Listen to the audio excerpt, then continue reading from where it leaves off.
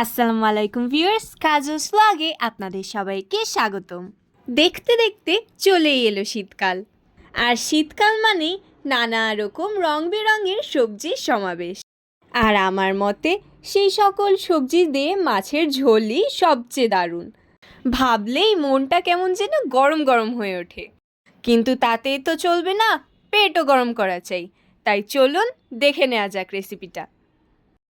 আজকের রেসিপিতে আমরা ব্যবহার করছি ফুলকপি, সিম ও আলু, এবং মাছ হলো রুই মাছ। প্রথমেই রুই মাছগুলো ভালো মতো কেটে টুকরো করে হলুদ লবণ মাখিয়ে ভালো মতো ভেজে নিতে হবে।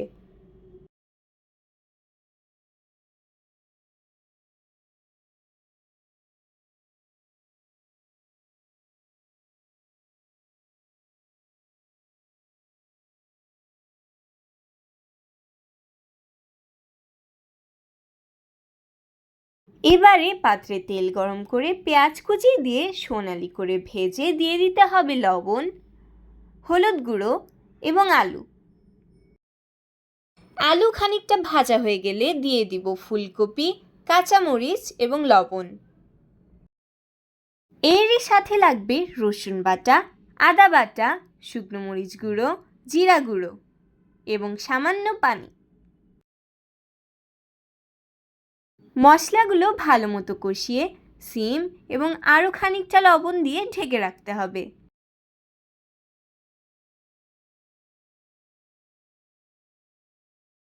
ঢাকনা তুলে ঝোলের জন্য পরিমাণ মতো পানি দিয়ে জাল ওঠার পর মাছগুলো দিয়ে দিতে হবে।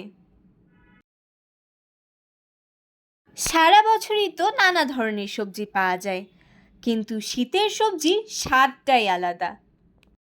আর মাছের সাথে যখন তা রান্না করা হয় তখন যা স্বাদ হয় তা তো এক কথায় অসাধারণ। কিন্তু জানেন কি, এই রেসিপিতে শুধু স্বাদই নয়, পুষ্টিগুণও ভরপুর পরিমাণে থাকে। শীতের সবজিতে যেমন ফাইবার ও ভিটামিন সি থাকে, তেমনি মাছের মধ্যে আছে প্রোটিন ও ওমেগা 3 ফ্যাটি অ্যাসিড। সুতরাং এটি শুধু মজারই নয়, শরীরের জন্য খুব উপকারী। মাছগুলো যেন ভেঙে না যায় তাই আস্তে আস্তে নাড়তে হবে।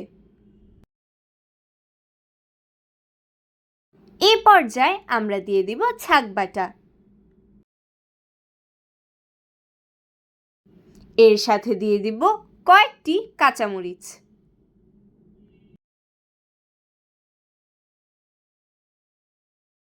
ধনেপাতা তো রেসিপিতে আলাদা একটা ঘ্রাণি যুক্ত করে দেয়।